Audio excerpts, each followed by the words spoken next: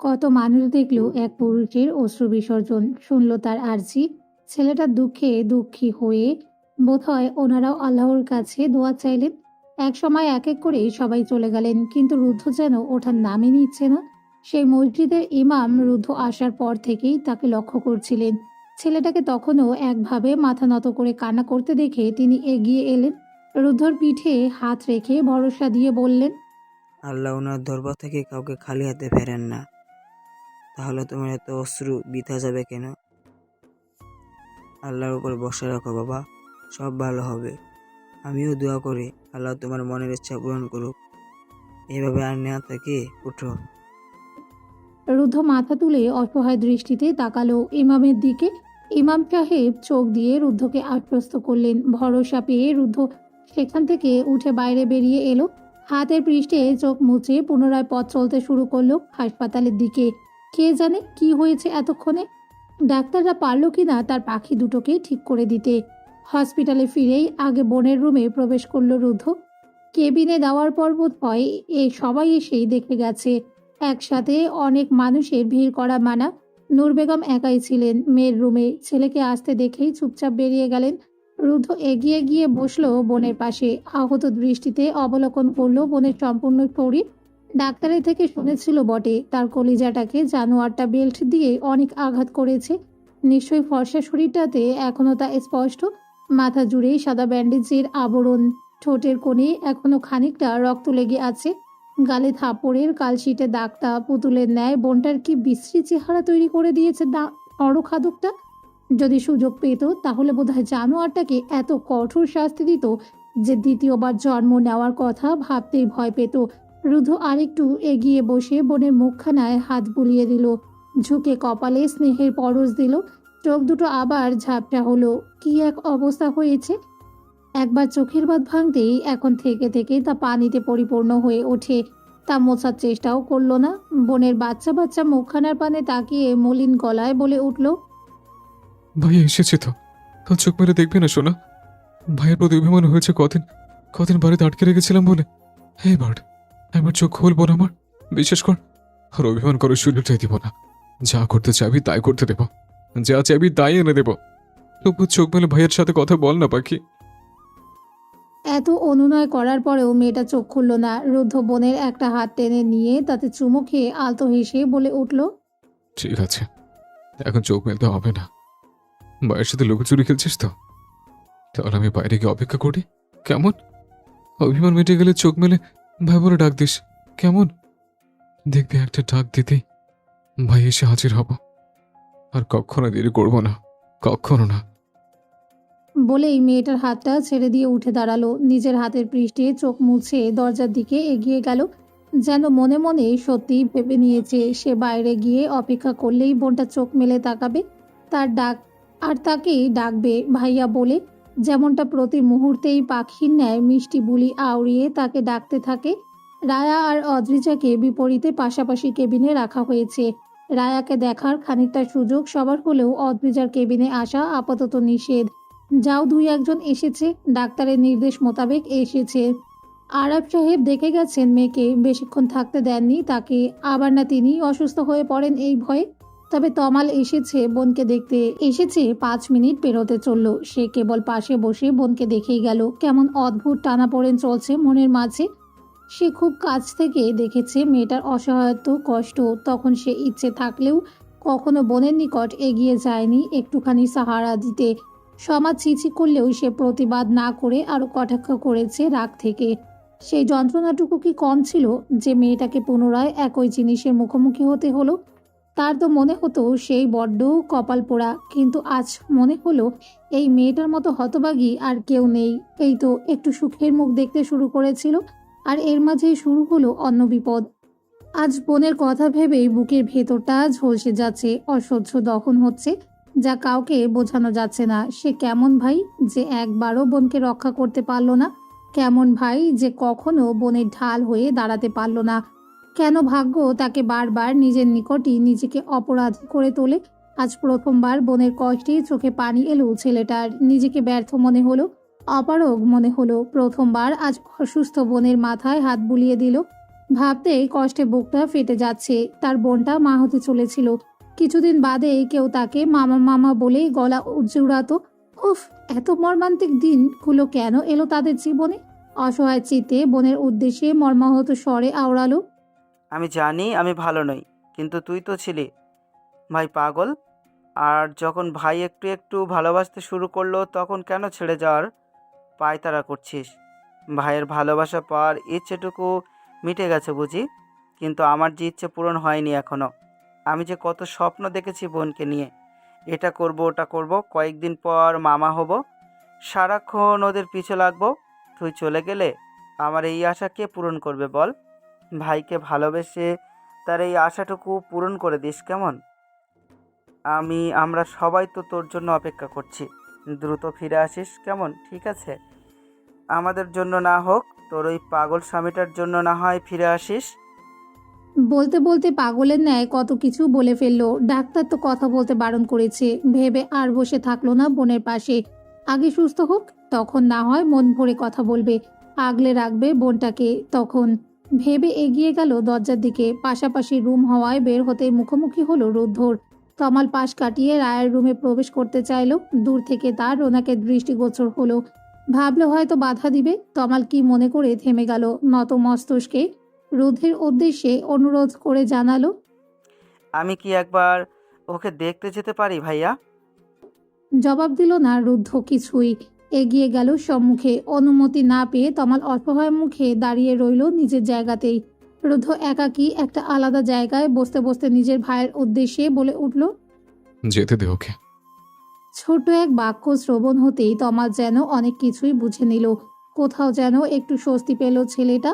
অনেক অপেক্ষার অবসান ঘটিয়ে দ্রুত প্রবেশ করলো মেয়েটার রুমে। কয়েক পা এগিয়ে মাথায় সাদা ব্যান্ডেজে পরিপূর্ণ মেয়েটাকে চক্ষুগোচর হতেই থমকে উঠল তমালের পদযুগল। ভারসাম্যহীন পায়ে এগিয়ে গিয়ে দাঁড়ালো মেয়েটার নিকট। এটা কি সেই রায়া যে উড়ন চণ্ডীর ন্যায় তার আশেপাশে ঘুরে বেড়ায়? এটা কি সেই মেয়ে যে হাজারো বুলি আওড়ে তার মাথা খারাপ করে দিত? এটা কি সেই চঞ্চল মেয়ে যার প্রেমে সে না চাইতেও উষ্টা খেয়ে পড়েছিল? যদি সেই মেয়ে হয় তাহলে এই অদ্ভুত সাজে নীরব হয়ে এভাবে কেন শুয়ে আছে? কেন চাঞ্চল্য কণ্ঠে ডেকে বলছে না? আই বিয়া তো বেয়াই, এসেছেন আপনি?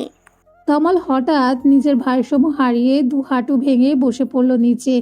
মেয়েটার বেডের কাছাকাছি এতক্ষণ যা নিজেকে শক্ত করে ধরে রেখেছিল, এই মুহূর্তে তার সব ভেঙে চুরমার হয়ে গেল। বুকে অসহ্য রকমের রক্তক্ষরণ শুরু হলো। কাঁপা কাঁপা হাত বাড়িয়ে মেয়েটার মাথায় ছোঁয়াতে চাইল, তাতেও সক্ষম হলো না। চোখের কার্নিশ ঘেঁষে গড়িয়ে পড়ল বেদনারা। অভিযোগ জানিয়ে আওড়ালো। এই মেয়ে এমন নিশ্চুপ হয়ে কেন? এমন তো কথা ছিল না। তোমরা সবাই এত নিষ্ঠুর কেন? যদি আমাকে ছেড়েই যাবে তাহলে আমার মনে ভালোবাসা কেন সৃষ্টি করেছিলে? এত লোভ কেন দেখিয়েছিলে? মানুষ মনে হয় না আমাকে? কষ্ট হয় না বুঝি আমার? হারানোর ভয় হয় না? এই মেয়ে জবাব দাও।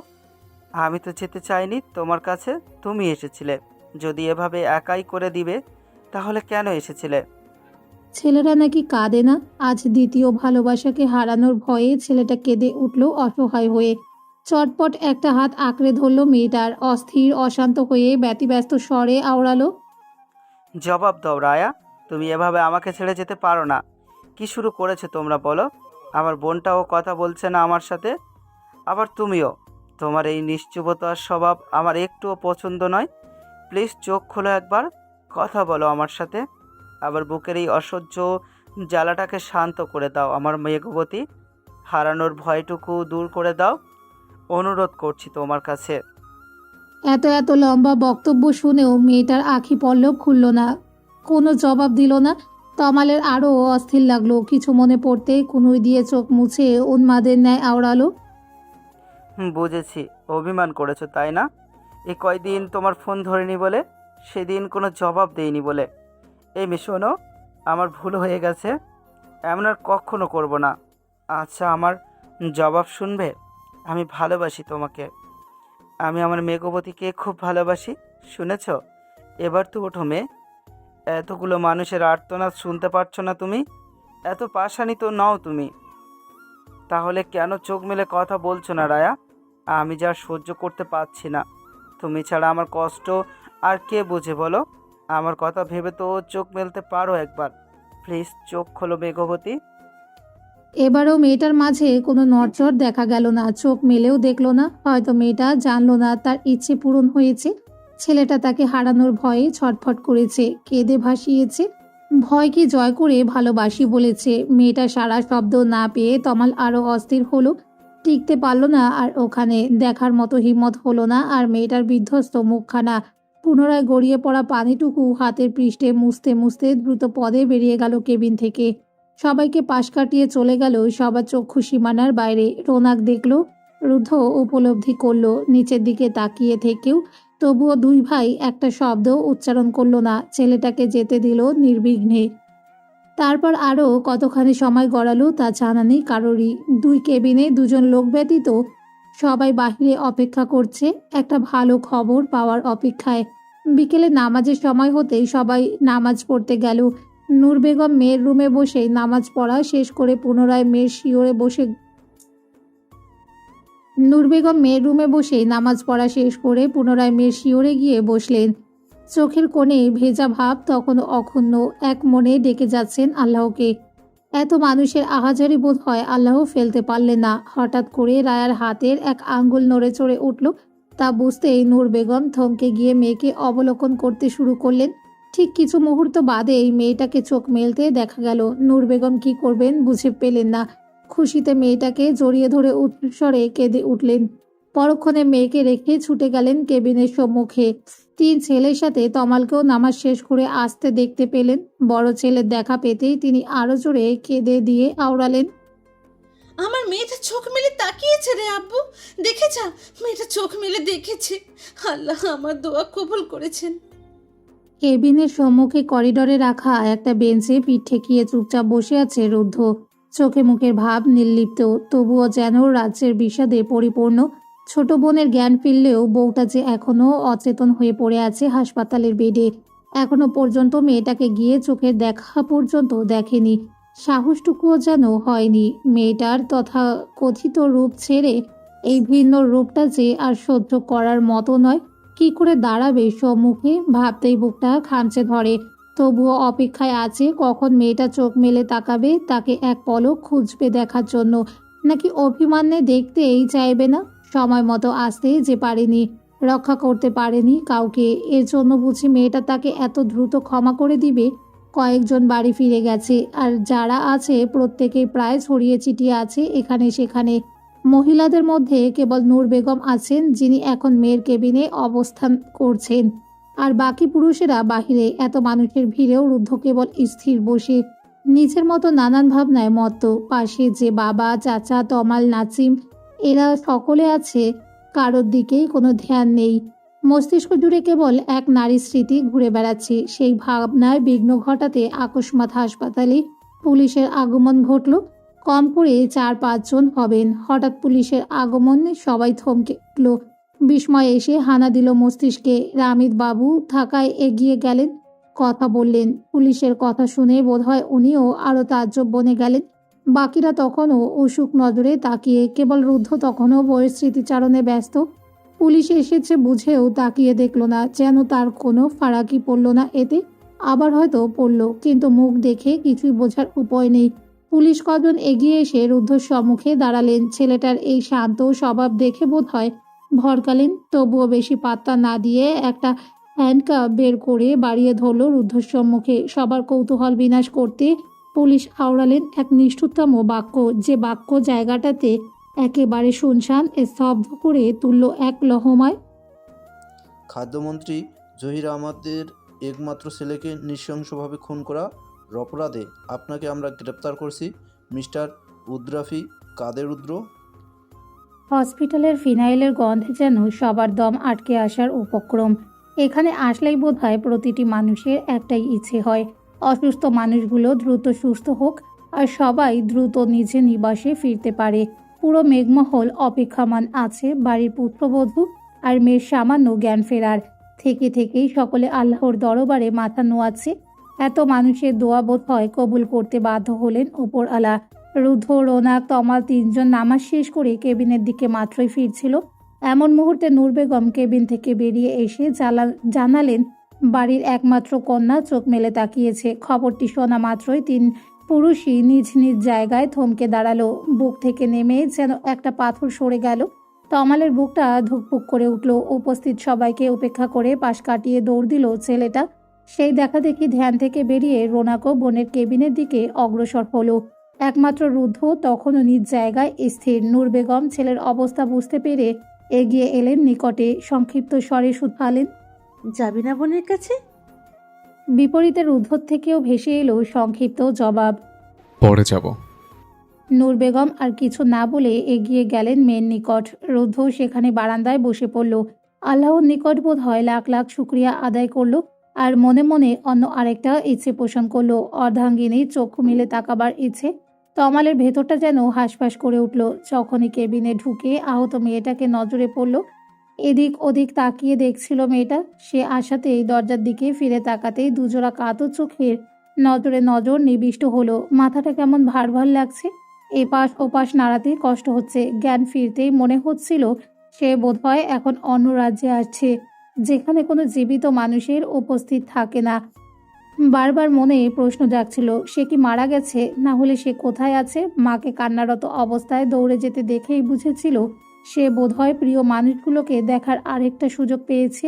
কোথায় আছে বোঝার জন্য কষ্ট হলেও দেখার চেষ্টা করছিল। সেই ক্ষণেই যেন অনাকাঙ্ক্ষিত মুখখানা দৃষ্টিগোচর হলো। সে কি অসহায়ত্ব ছেলেটার চোখ দুটোতে! কত ভয় স্পষ্ট ফুটে উঠেছিল। সবাই কি তার জন্য তাকে হারানোর ভয় পেয়েছিল বুঝি? না হলে এখন এমন করে ছুটে এলো কেন? সেই মুহূর্তে কত করে চেয়েছিল ছেলেটাকে যেন শেষবারের মতো দেখার সৌভাগ্য হয়। তা বোধ হয় আল্লাহ পূরণ করেছে। ছেলেটাকে সম্মুখে দেখে আর পুরনো কথা স্মরণ হতেই চোখ দুটো ভরে উঠল রায়ার। ডুকরে উঠল মেয়েটা। মেয়েটার চোখে পানি চক্ষুগোচর হতেই বুকটা পুনরায় কেঁপে উঠল। কাঁদছে কেন মেয়েটা? কোথাও কষ্ট হচ্ছে? ইচ্ছে হলো দৌড়ে গিয়ে বুকে আগলে নিতে, শুধাতে ইচ্ছে হলো, এই মেয়ে, কষ্ট হচ্ছে তোমার? কিন্তু সেই সুযোগ আর পেল না তমাল। ছুটে এলো রৌনক, এসে বোনের চোখের পানি মুছে দিয়ে বিচলিত হয়ে শুধালো, এই বোন, কাঁদছিস কেন? কষ্ট হচ্ছে? কোথায় কষ্ট হচ্ছে বল ভাইয়াকে, আমি ডাক্তারকে এখনই বলছি।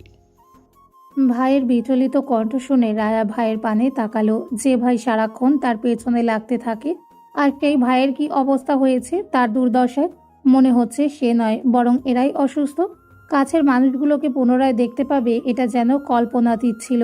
তাই তো আনন্দে মেয়েটার চোখের বাঁধ বন্ধ হলো না। মাথায় যন্ত্রণা হলো, তবুও থামার নাম নেই। নূর বেগম এসেও মেয়ের কান্না দেখে অস্থির হলেন। বারবার প্রশ্ন করলেন কি হয়েছে। জবাব পেলেন না। বোনের কান্নায় যেন রোনাকেরও চোখে পানি এলো। নূর বেগম ছোট ছেলেকে পাঠালেন ডাক্তার ডাকতে। রোনাক ব্যস্ত পায়ে দৌড়ে গেল সেদিকে। তমাল তখনও অসহায় চিত্তে দরজা ঘেঁষে দাঁড়ানো। মেয়েটাকে চোখ মেলতে দেখে পুনরায় খুশি লাগছে, তেমন মেয়েটার অশ্রু তাকে ধ্বংস করছে। একটু কাছে গিয়ে সান্ত্বনা দিতে না পারার কারণে অস্থির হচ্ছে মন। নামাজ শেষে বাড়ির সবাই পুনরায় হাসপাতালে এলো। রায়ার জ্ঞান ফিরেছে শুনতেই ছুটে এলো প্রত্যেকে। সবাইকে কাছ থেকে দেখে আস্তে আস্তে রায়ার কান্না বন্ধ হলো। মেয়েটাকে চুপ করতে দেখেই তমাল স্বস্তিতে সেখান থেকে চলে গেল। রায়ার চোখ দুটো বোধ হয় ভিড়ের মাঝে খুঁজল ছেলেটাকে, কিন্তু আর দেখা পেল না ছেলেটার। ডাক্তার এসে সবাইকে ভিড় জমাতে নিষেধ করলেন। মেয়েটার মাথায় চোট খুব গভীর, কথা কম বলা উচিত মেয়েটার। যদিও কেউ কোনো প্রশ্ন করেনি, কেবল খুশির অশ্রু বিসর্জন দিয়েছে সকলে।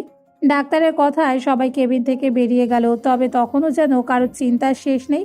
অন্যজন যে তখনও শয্যাশায়ী হয়ে শুয়ে আছে অচেতন হয়ে। খাদ্যমন্ত্রী জহির আহমদের একমাত্র ছেলেকে নৃশংসভাবে খুন করার অপরাধে আপনাকে আমরা গ্রেপ্তার করছি, মিস্টার উদ্রাফি কাদের রুদ্র। বিষণ্ণ অবসন্ন এক বিকেলে পুলিশের মুখনিসৃত এমন এক বাক্য শ্রবণ হতেই করিডরে দাঁড়ানো প্রত্যেকে যেন নিজেদের খেই হারালো।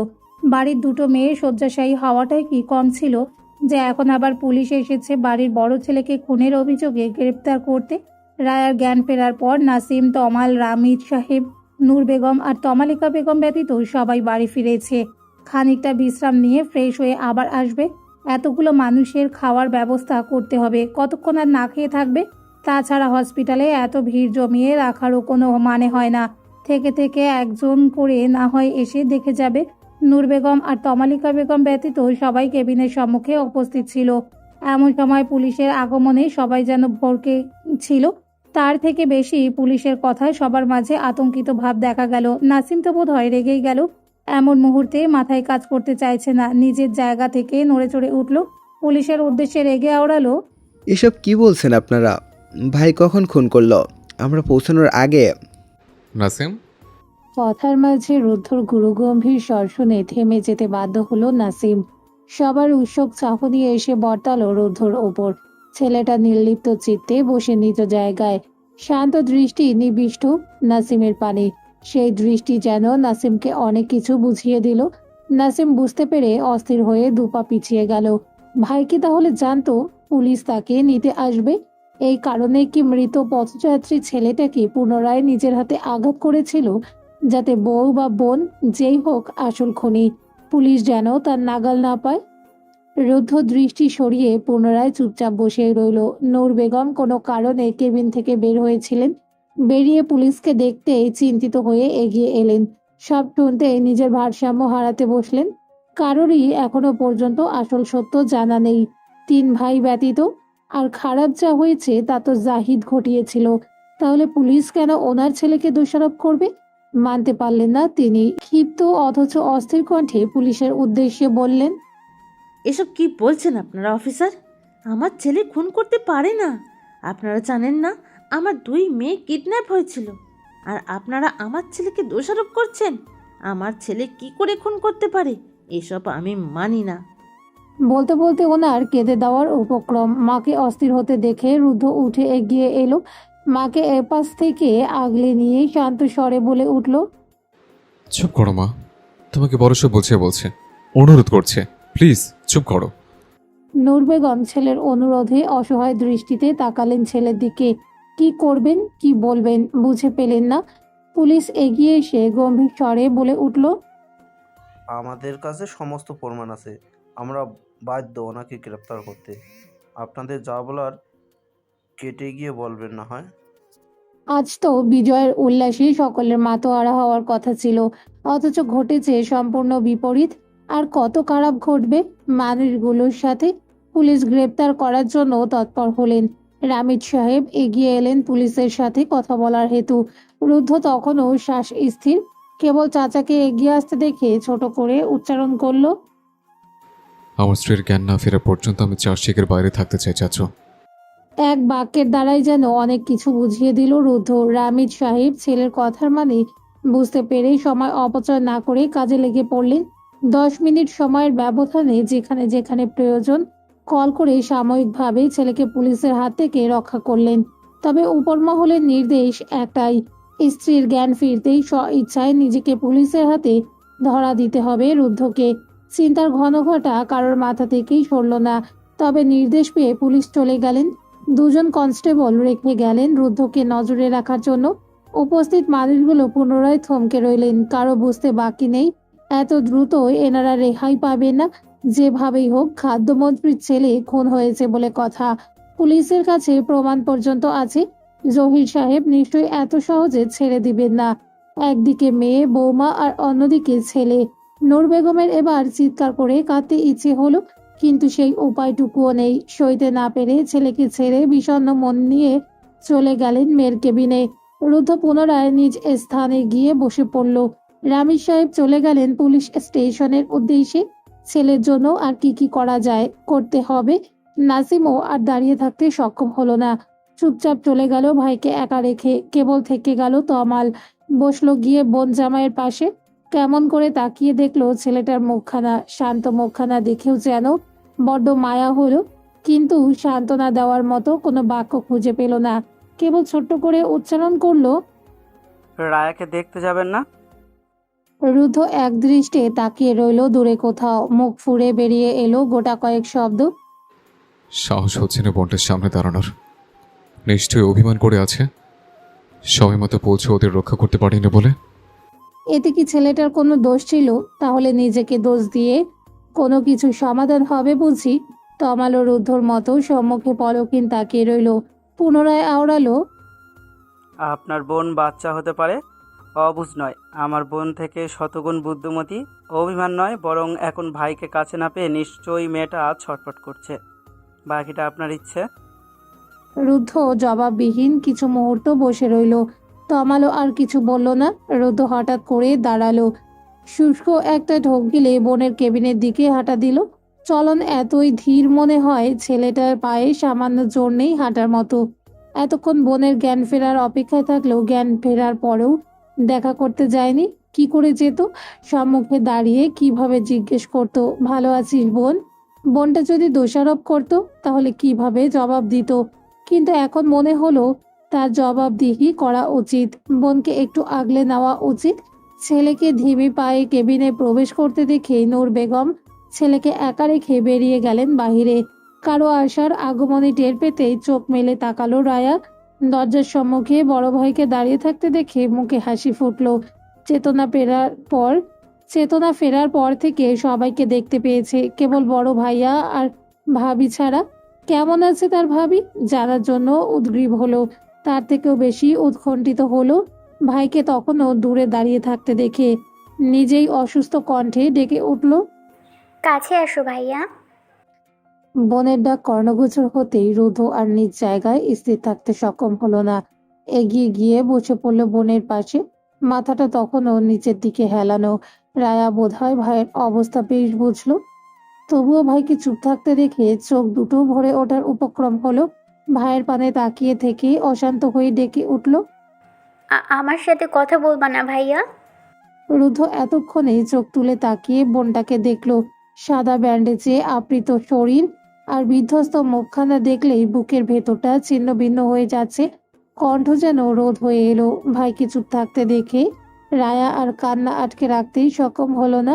কান্নারত স্বরে বিড়বিড় করে উঠল, নিজেকে অপরাধী ভাবছো তাই না ভাইয়া? প্লিজ ভাইয়া। কিন্তু আমি তোমাকে অপরাধী ভাবছি না, বিশ্বাস করো। অপরাধী তো আমি, ভাবি আর বাচ্চাটাকে বাঁচাতে বলতে বলতে থেমে গেল রায়া। রুদ্ধ স্তব্ধ দৃষ্টিতে তাকালো বোনের পানে। তার বোনও জানে বুঝি যে কেউ আসতে চলেছিল। রায়া আরো অস্থির হয়ে এবার আওড়ালো, ও ভাইয়া, জানো তুমি বাবা হতে যাচ্ছিলে। কেমন আছে ভাবি আর বাচ্চাটা? বাচ্চাটা ভালো নেই তাই না?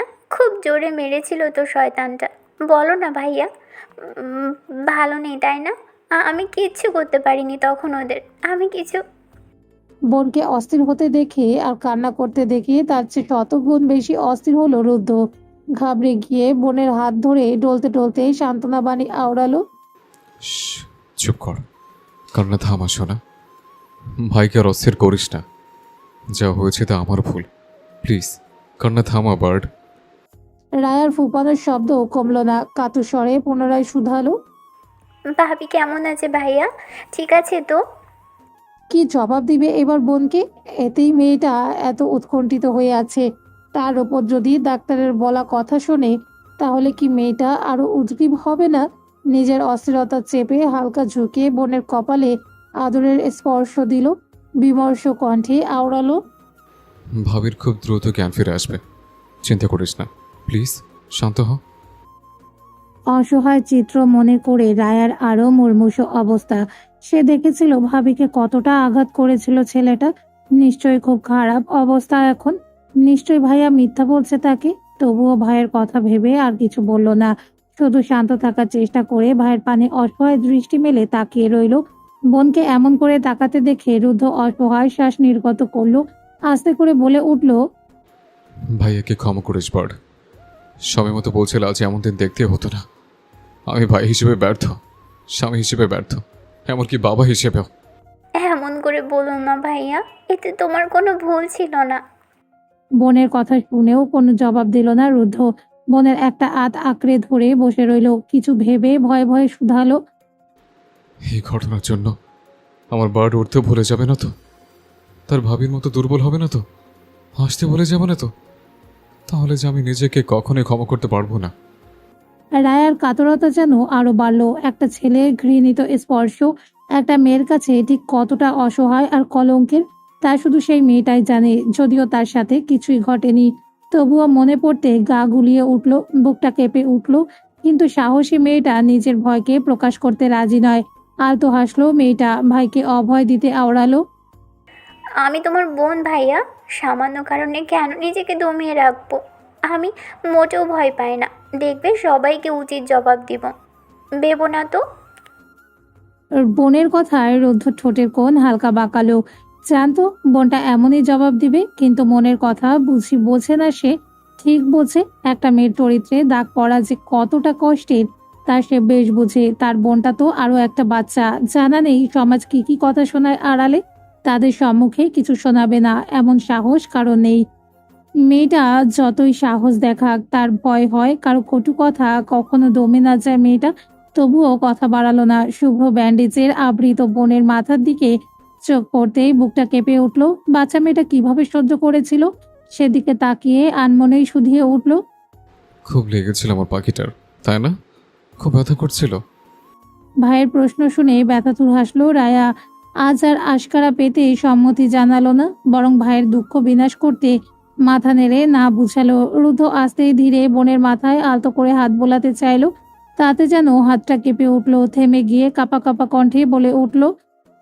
আমার একটা কথা রাখবি পার্ট? রায়া উৎসুক দৃষ্টি নিক্ষেপ করলো ভাইয়ের পানে। কিছু জিজ্ঞেস করার প্রয়োজন পড়ল না। রুদ্ধ নিজ থেকেই নিজের মতো আওড়াতে শুরু করলো। আমার অবর্তমানে ভাবির খুব করে খেয়াল রাখবি, কেমন? নিজের সাহস হারাবি না, বরং ভাবিকে সাহস দিবি। সবসময় ওর পাশে থাকবি, সব কিছু থেকে আগলে আগলে রাখবি। মেয়েটার চোখ থেকে পানি ঝরতে দিবি না কখনো। পারবি না একটু করতে? পারবি না বোন আমার?